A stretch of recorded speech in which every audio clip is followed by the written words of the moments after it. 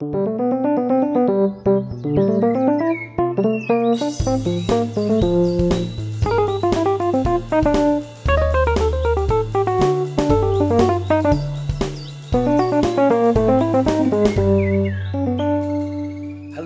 and welcome to Bird Brains, the YouTube channel devoted to all things avian. I'm Lev Perikian, author of Into the Tangled Bank and the instigator of the Twitter Birdsong Project.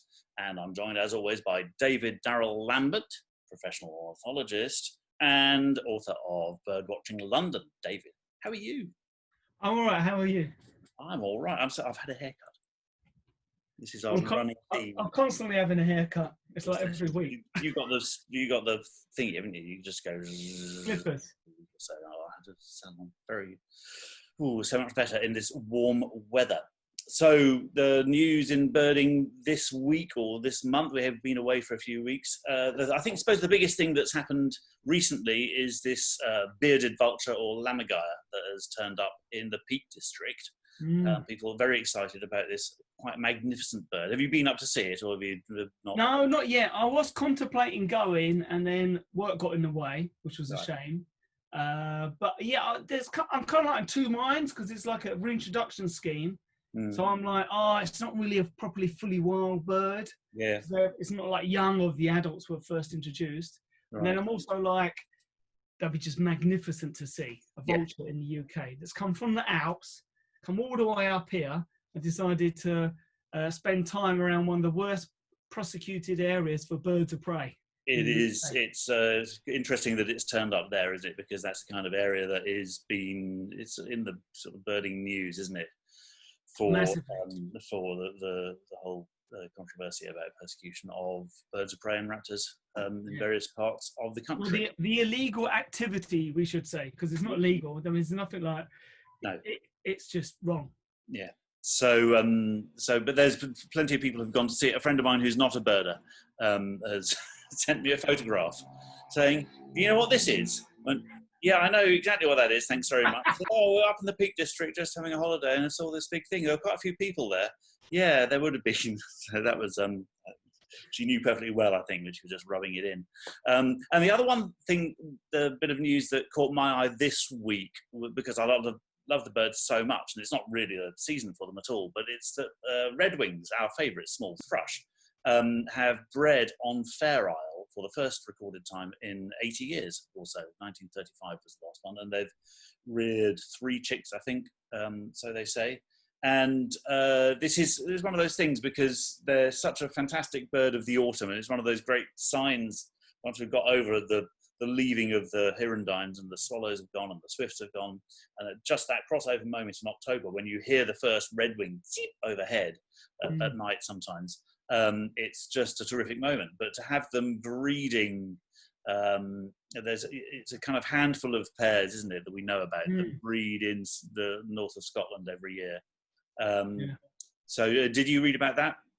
Yeah, it was very fascinating news to hear about. I mean, if you look at that well-watched island, and there's not like a huge amount of cover for the nesting birds. Yeah. There's some, obviously. But then you think about the rest of Scotland and how underwatched probably a lot of those areas are and how many pairs there could be. It's probably not masses due to global warming, but there are probably quite a few birds that are not just getting recorded because there's one, we're not really holidaying in Scotland at the moment. And you've got to get the right observer at the right bit to actually find the redwings that are nesting somewhere.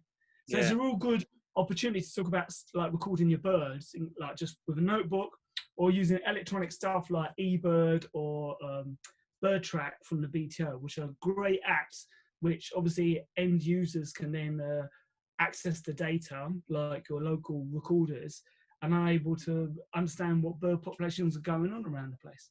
That's great. I mean, that's something that anybody can do as well, isn't it? You don't have to be a particular expert. You have to be fairly certain of your identification.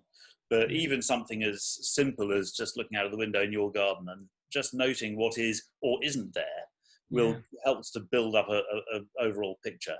One of those things that we spent a bit of time on the Isle of Wight recently, just getting away from London for once. And that's another fairly underwatched area, I gather, from friends who live down there, who don't, there's a few birders on the island, but there's not that many. But the big thing this summer for them has been quite a lot of crossbills, which have been sticking around on the island, about 100 or so, I think.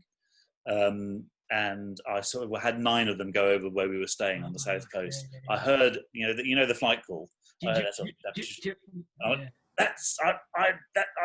that? No, they went over slightly bulky, so because I don't see them that often, so I had to check. Is that? Well, yes, it was. Hooray! Hello, so, but I've seen quite a lot on the Suffolk coast this last couple of months, and that call is beautiful.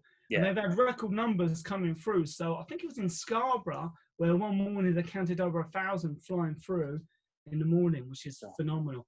Yeah, this was early in the morning. This was about 8:30 in the morning. So they're obviously moving from one place to another. So that's all good stuff. But it's not what we're here to talk about, just in terms of identification purposes, because our usual ID guide has moved on to birds that anybody will see pretty much anywhere if they live somewhere nearish a pond. And those are ducks. Yes. David, you've got a screen to share. Hopefully so. With any luck. Yay! Yay! 4 different kinds of duck, all of which you'll probably be able to see in your local pond, I should imagine, in your park. Some of them will be very familiar, some less familiar. Over to you. So the thing is that there's lots of ducks out there to have a look at. And normally you can really do them quite easily just by looking at basic colours of them and where it is on the body. So normally you're looking at like the front and the rear, maybe the head, and with just that sort of information, you can probably nail nearly all of your duck species in one hit. Brilliant. Notice the pun on the nail, which is a reference to the bill. Very good. I didn't notice that, but well done. Yeah, good dad joke that. Very good dad joke. So we'll start on the top left, which is our mallard, and that's quite distinct because it has like a grey body, black rear, and also like a very dark front to it as well. There's more minor details, but I'd like to just keep it very, very basic to give you an idea on how to quickly do these. Because really I want them to have a quick look at just a few features, move on, and then you can go back and look at the more intricate bits and pieces. So if we go beneath there is a nice male gadwall. Now, although this is a nice close-up shot of gadwall, really all they are is grey body with a black bum. Yeah. And that's it. And when you see the males, you can just do that very easily. There's no other duck that really looks like that at all. It's just to interrupt. When I got back into birding a few years ago, it was the one thing I noticed was I was in a hide and somebody would say, "Oh, look, gadwall there," and somebody else would say, "Oh yeah, gadwall, underrated bird." Yeah, it happened about 6 or 7 times in 2 weeks, and I thought, if everybody's saying it's underrated, surely it's not underrated at all. In fact, it's probably kind of overrated now because everybody's going, "Oh yeah, underrated bird." Anyway, sorry, interrupted your flow. They are absolutely beautiful. All this lovely barring and speckling you can see when you get up close to them are sensational. And if you listen to a mallard, they sort of like do the very typical quack, quack, quack call. But when gadwalls often call, they do the single half a quack. So they go, quack, like that. Yeah, sort of much more clipped. Yeah. So that's very distinctive. So then we can look, these are like what we call dabbling ducks, the first half. And then we move on to the diving ducks, which obviously can dive. Yeah. So the dabbling ducks will do this in the water, won't they? They'll just upend like that and then they'll pivot on that bit of the body. Now, here's a warning disclaimer in that I've seen most dabbling ducks actually dive in, and I think it's for preening purposes where they go right under the water and then reappear a few moments later. I've even seen Canada geese do it as well. Right. Which is very odd, but giving away trade secrets here. You want to keep it nice and simple. Diving and dabbling. Oh yeah. Ignore everything I've said, and we'll start again. So on to the diving ducks. Now the first one we're going to look at top right is nice and black and white. So it's mostly black with white along the flanks. Yeah, and that's our male tufted duck. Very, very distinct. And once you get used to all of these different ducks in their male plumage, then when we look at sorting out the females, very similar shape to them as well. Yeah. And then underneath that, we have a pochard, which looks very distinct again, with the grey body, black bum and front, and then the real nice chestnut red head on it as well. Yeah. what I'm noticing with all those four, when you get them next to each other, I'm noticing that the head shapes are quite distinct as well. Yeah. So is that something you can use to identify birds? Because I look at the gadwall; it's got quite a slender neck and a very sort of elegant shape to the head, Yeah. whereas the pochard is very much more squat and kind of like that. Yeah, well, if you look at normally, like, the photos don't really illustrate it that well, but a gadwall has quite a square-looking head compared to the more rounded shape of a mallard, but it's really more apparent on the diving duck. So with the tufted duck, has a very square-looking head. Yeah. And on the pochard, very dome shaped, so it peaks sort of like just above the eye. Gives it a very, very unique profile. And it's like with all bird watching, once you start looking at the very simple ways of identifying birds, you can then focus on a bit more minute detail. Like with the mallard, it's got this lovely, actually, the dark head has actually got a lovely green sheen to it, which shows in that photo, which is absolutely beautiful when we get up close to them. It is. So just to, I don't know if you've got more slides, but just to go on to more confusing things, because I've got my Collins Field Guide and it's got a page of hybrids. So that's going to throw something into the mix, especially when you're in a central London park, say, and you've got some birds which might be into breeding. So ducks do hybridize more than a lot of other kinds of birds, don't they?